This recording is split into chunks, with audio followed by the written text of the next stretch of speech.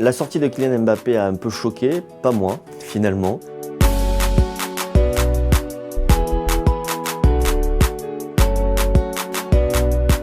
Moi, je l'ai vu de façon assez positive finalement, quelqu'un qui s'intéresse à l'avenir du Paris Saint-Germain, qui a envie que ce Paris Saint-Germain soit plus conquérant, plus efficace et plus performant en Ligue des Champions. J'ai perçu aussi le positionnement de Kylian Mbappé par rapport à Neymar. C'est lui qui a tenu l'équipe à bout de bras au niveau offensif cette année. Neymar a été blessé, Cavani a été blessé. Kylian Mbappé finit le championnat en étant meilleur buteur, en étant meilleur joueur de la saison, donc il fait une belle saison. Alors bien sûr qu'on peut, lui aussi on peut lui reprocher d'être passé à côté du match contre Manchester United, mais globalement sa saison elle est bonne et il a montré qu'il était un joueur très important. J'ai ressenti qu'il se positionnait vraiment pour la saison prochaine comme le numéro 9 du Paris Saint-Germain et ça me gêne un peu parce qu'il y a Cavani. Et Cavani, pour moi, c'est un élément important pour la saison prochaine, c'est un élément, un joueur très collectif. Peut-être que la saison prochaine, on pourrait voir Cavani et Mbappé ensemble associés, avoir ce duo comme Mbappé le faisait avec Falcao à Monaco. La seule petite erreur de son message, c'est de ne pas avoir eu tout le temps le raisonnement collectif. Parce qu'il ne faut jamais oublier une chose, le Paris Saint-Germain, s'il va gagner la Ligue des Champions, ça passera par le collectif, ça passera pas par les individualités. Et on le voit en finale de Ligue des Champions aujourd'hui, on a Liverpool contre Tottenham, c'est l'éloge du collectif, l'éloge de la générosité. Dans son discours, il y a une phrase qui était peut-être la plus forte et qui a d'ailleurs été la plus interprétée, c'est « Je vois mon avenir au Paris Saint-Germain ou peut-être ailleurs ». Au bout d'un moment, on peut le comprendre.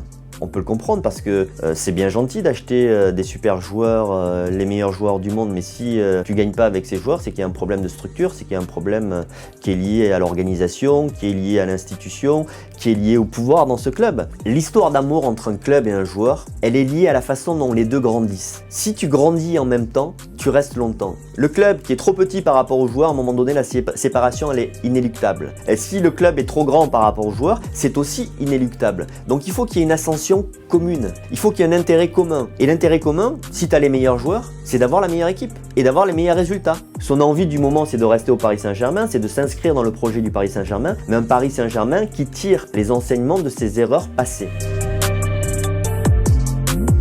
Mbappé est arrivé au Paris Saint-Germain comme un jeune joueur très talentueux, mais depuis, il est devenu champion du monde. Et Neymar, il a eu des fulgurances au Paris Saint-Germain, mais il a eu 2 saisons où il a été blessé longuement. Tu vois que ce joueur-là a un talent incroyable, tu vois que Neymar est un joueur génial, sauf que c'est un joueur qui se blesse souvent et c'est un joueur qui n'a pas été là dans les moments importants pour le Paris Saint-Germain. On n'a plus Neymar, la star numéro 1 absolue, on a 2 joueurs qui sont les stars du Paris Saint-Germain. Il y en a un qui est jeune, qui a à peine 20 ans et je pense que pour les anciens c'est difficile de le considérer comme un leader, mais il a plein d'ambition et puis surtout il a montré beaucoup de choses sportivement au Paris Saint-Germain. Il a tenu la baraque du Paris Saint-Germain cette saison en particulier. Et un autre qui normalement est le leader technique numéro 1, mais qui a raté le moment le plus important de la saison avec le Paris Saint-Germain, comme l'année dernière. Ce que je vois, c'est qu'il y a une espèce de duo leader au Paris Saint-Germain, c'est Kylian Mbappé et Neymar. Et il va falloir composer avec ça, mais clairement, je trouve que Mbappé prend plus de place aujourd'hui et doit prendre plus de place aujourd'hui. Pour moi, Neymar, c'est un joueur génial, extraordinaire. Maintenant, son comportement, depuis qu'il est au Paris Saint-Germain, n'est pas un comportement, de mon point de vue, qui tire le collectif. Il a un comportement de star, parfois de diva. Il voudrait être leader, mais il ne se comporte pas comme un leader. Tous ses caprices sont acceptés par le Paris Saint-Germain et à un moment donné, s'il veut tirer son équipe, c'est pas uniquement d'un point de vue technique, c'est pas uniquement en donnant une passe décisive, c'est aussi dans son attitude de tous les jours. Et je pense que s'il veut faire grandir le Paris Saint-Germain, Neymar, il faut aussi que dans son attitude, qu'il soit beaucoup plus collectif, qu'il soit beaucoup plus discipliné, qu'il soit beaucoup plus exigeant avec lui-même et puis voilà, qu'il montre l'exemple au quotidien. T'as beau être le meilleur joueur du monde dans un groupe, si tu te comportes comme une star, si tu as des caprices, ça énerve tout le monde. Et ton collectif, il avance pas. C'est ça la vérité. Tu peux être le plus beau joueur du monde, si tu n'es pas respectueux des autres, les autres ne te respectent pas. C'est aussi simple que ça.